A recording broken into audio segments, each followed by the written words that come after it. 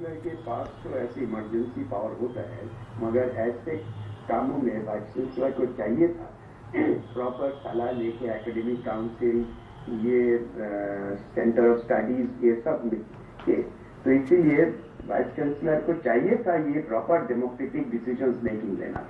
आपको इत्तेफाक है उनके इस फैसले से कि कुछ आपत्तिजनक शब्द या अभद्र शब्द इस्तेमाल हुए तो बाहर कर दिया जाए? 3 साल से किसी को कोई दिक्कत नहीं थी, अब अचानक सबको दिक्कत होने लगी है, कांग्रेस को भी, शिवसेना को भी। इन प्रिंसिपल हम इस तरह से किसी किताब के खिलाफ एक्शन लेना पसंद नहीं करते। अगर आपका पसंद ना हो आप किताब मत पढ़िए, मगर इस तरह से पाबंदी लगाना किसी ऑथर के आइडिया के ऊपर, ये पुराना प्रैक्टिस है। आजकल के जमाने में ऐसा कुछ नहीं होता है। अगर आप इस तरह से रेस्ट्रिक्शन ऑफिशियली लगाते रहेंगे तो किताब का तो एक इम्पोर्टेंस बढ़ जाएगा, सेल भी बढ़ जाएगा। तो मुझे नहीं लगता है कि ये कोई मैच्योर एक्शन हुआ है। जी नंदिनी, जो बात यहाँ पर राकेश सिन्हा कह रहे थे कि ऐसे शब्दों का इस्तेमाल किया गया है जिनका कोई लेना देना नहीं होना चाहिए किसी भी पाठ्यक्रम में, क्या आप ये राय उनकी इस बात को मानेंगी कि नहीं? क्योंकि गालियों का तो इस्तेमाल हुआ है, 2 जगह हुआ है, लेकिन हुआ है, क्या वो सफिशिएंट है कि किताब को बाहर कर दिया जाए कॉलेज से? 2 जगह पर नहीं, बहुत जगह पर हुआ है। नहीं, राजनेताओं के संदर्भ में है जिनशॉ करके, वो सभी के बारे में आलोचना करता है और सभी को गाली देता है। उसकी प्रकृति ही ऐसी है इस किताब में। He is a humorous character. वो स्टीरियोटिपिकल पारसी है जो गाली के सिवा बातचीत ही कर सकता नहीं है। मुझे लगता नहीं कि वो अश्लील है, हमारी दृष्टि अश्लील हो गई है। आज तक कितने शेक्सपियर ने जूइश कर्ड बोला है शाइलॉक को, हम लोग तो कभी उसको शेक्सपियर निकाल देंगे लिटरेचर से। और आदित्य ठाकरे एक इंग्लिश लिटरेचर का बहुत अच्छा स्टूडेंट है। मुझे अजब लगता है कि उसने किताब भी पढ़ी नहीं और सिर्फ राजनीतिक मुद्दे को लेके वो बैठा है। जो बात मैंने ब्रेक में जाने से पहले कही आदित्य, फिर तो आपको, मुझको, अलका, आपको, हमें रामचरित्र मानस ही पढ़ाई जानी चाहिए थी। सूरदास कबीर पढ़ाते, बाइबल कुरान पढ़ाते, बात खत्म कर देते, भगवत गीता पढ़ाते। देखिए संगीत बैन करने से कोई सोल्यूशन तो निकलने नहीं वाला। देखिए अचरज की बात सबसे ज्यादा ये है, जो हमारे देश की एचआरडी मिनिस्ट्री है वो इस पर क्या कर रही है।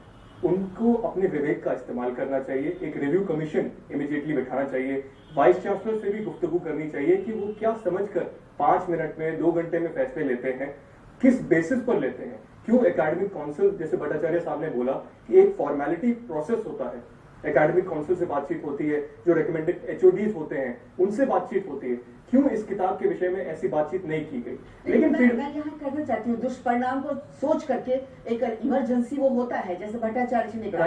लेकिन मुख्य चीज ये है कि हमारी शिक्षा संस्थानों पर, हमारे शिक्षाविदों के दिमागों पर राजनीति क्यों राज करेगी? देखिए बिल्कुल ये बहुत गलत चीज है। ये हस्तक्षेप, राजनीतिक अपॉइंटमेंट्स जिस तरह के हो रहे हैं, ये भी गलत है। राकेश कुछ कहना चाह रहे हैं? रामचरितमानस पढ़े, आप ही वो पढ़ाने लग गए। रामचरितमानस या बाइबल कुरान पढ़ाना गलत नहीं है। नहीं, मैं गलत नहीं मान रहा हूँ, मैं ये कह रहा हूँ आपकी सोच के हिसाब से तो वही पढ़ाया जाए। जो बात मैं कहना चाह रहा हूँ जी, कि देखिए पात्र जो नॉवेल में होता है वो राइटर क्रिएट करता है। राइटर अपनी बात को पात्र के मुख से कहवाता है, पात्र वहां से टपक नहीं पड़ते। नहीं, इंदिरा गांधी के लिए एक बात, इंदिरा गांधी के प्रति जिस अभद्र शब्द का प्रयोग हुआ है, मैं इंदिरा गांधी की राजनीति से सहमति नहीं रखता हूँ, मैं इंदिरा गांधी के विरोध की राजनीति, उनका विरोध करता हूँ, लेकिन जिस बात को रखा गया वो हमारे देश की प्रधानमंत्री रही है। वो लेखक अपने संदर्भ में लिख रहा है, वो लेखक कनाडा में बैठ के भारतीय पक्ष का मूल्यांकन कर रहा है। यदि भारतीय अस्मिता को, भारतीय संस्कृति को, भारतीय परिप्रेक्ष्य को नहीं समझेंगे, लेखक की आजादी, एक पेंटर की आजादी के नाम पर तो सबसे पहले राजनीति को नष्ट करना चाहिए। राकेश जी, जैसी भाषा इस्तेमाल करते हैं आप राजनेता चुनावी रैलियों में, फिर तो सबसे पहले उन पर बैन लगा। देखिए शिक्षण संस्थाओं में जिस पुस्तक को हम पढ़ा रहे हैं, जिन बच्चों को पढ़ा रहे हैं, हम कह रहे हैं बच्चे पढ़े हैं उसको पढ़े, लेकिन जिस सिलेबस में हम रख रहे हैं, हमारे एक देश की प्रधानमंत्री रही है, एक व्यक्ति देश का नेता, उससे आप डिसएग्री करें, बाल ठाकरे को फासिस्ट कह सकते हैं, लेकिन नॉवेल में फासिस्ट, बाल ठाकरे को फासिस्ट कहे हुए नोवेल को वो हिटलर की पूजा करते हैं। वो प्रूफ करें कि बाल ठाकरे हिटलर की पूजा करते हैं। बच्चों के दिमाग में आप क्यों प्रेजुडिस करना चाहते हैं कि बाल ठाकरे हिटलर के समर्थक हैं? यदि इंदिरा गांधी के प्रति, इंदिरा